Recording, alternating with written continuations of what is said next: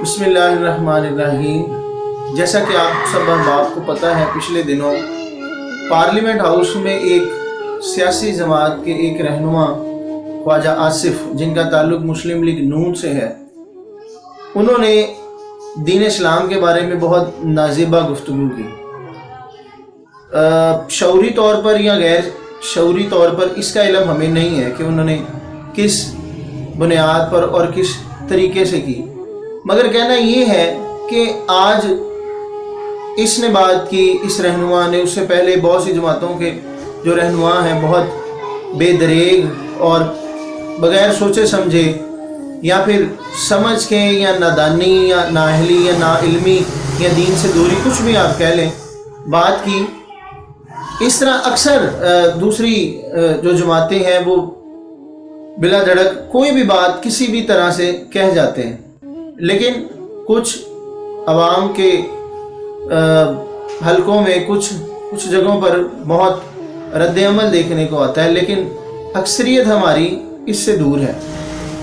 خصوصاً میں نے آج جس پہ بات کرنی اور ایک چھوٹا سا میسیج آپ سب کو دینا چاہتا ہوں کہ خصوصاً ہم نے یہ دیکھا ہے کہ جس انسان کا کسی بھی پارٹی کے ساتھ تعلق ہے، سب نہیں لیکن زیادہ تر، وہ ہمیشہ اس پارٹی کی اس کی جو ہے وہ فضیلتیں، اس کی اچھائیاں، بس یہی جو ہے وہ صبح شام بیان کرنے میں رہتا ہے۔ اگر اس کی طرف سے کچھ لغزش یا کچھ خرابیاں یا کچھ غلط ہو تو وہ اس میں بات کرتا نظر نہیں آتا اور نہ ہی سنتا نظر آتا ہے۔ یہ ایک ایسی روش ہمارے معاشرے میں عام ہوتی جا رہی ہے جس میں خاص و عام سب شامل ہیں، لیکن ہمیں دیکھنا ہے۔ آج خواجہ آصف نے بات کی، خواجہ آصف سے پہلے اور بھی رہنما ہرزہ سرائیاں کرتے رہتے ہیں اور بلا دریغ جو ان کے منہ میں آیا وہ بکتے رہتے ہیں، لیکن ہمیں یہ دیکھنا ہے کہ ہم ایز اے مسلمان اس بات کو کتنا کنڈیم کرتے ہیں، اس کی مذمت کتنی کرتے ہیں۔ ہمیں اس کی مذمت بلا شبہ کرنی چاہیے، پارٹیوں سے ہٹ کے کرنی چاہیے۔ ہم مسلمان پہلے ہیں، بعد میں ہم کسی پارٹی سے ہیں، جیسے مسلم لیگ نون ہے، پیپلز پارٹی ہے، پی ٹی آئی ہے اور بھی دیگر جو جماعتیں ہیں، لیکن عموماً ہم مسلمان ہونے کے ناطے ان چیزوں کا خیال نہیں رکھتے۔ تو ہمیں دیکھنا ہے کہ ہم مسلمان ہیں، کوئی بھی پارٹی میں یا جماعت میں کوئی بھی رہنما کسی طرح سے بھی کوئی غلط بات کرے تو ہمیں فوراً اس کی سرزنش کے لیے بیان کم از کم ایک ریکارڈ کروانا چاہیے، یا کسی بھی سوشل میڈیا کے پلیٹ فارم سے ہمیں اس کی مذمت کرنی چاہیے۔ لیکن عموماً آج کل ہٹ درمی لوگوں میں بہت عام ہے، اپنی پارٹی کو صحیح ثابت کرنے کے لیے کچھ بھی ان کو کہنا پڑے وہ کہہ جاتے ہیں، اور اس کے وہ دفاع کے لیے کچھ بھی کرنا پڑے وہ کرتے ہیں، لیکن اس کی غلط باتوں پہ، اس کی ہرزہ سرائیوں پر کوئی بولتا نہیں ہے۔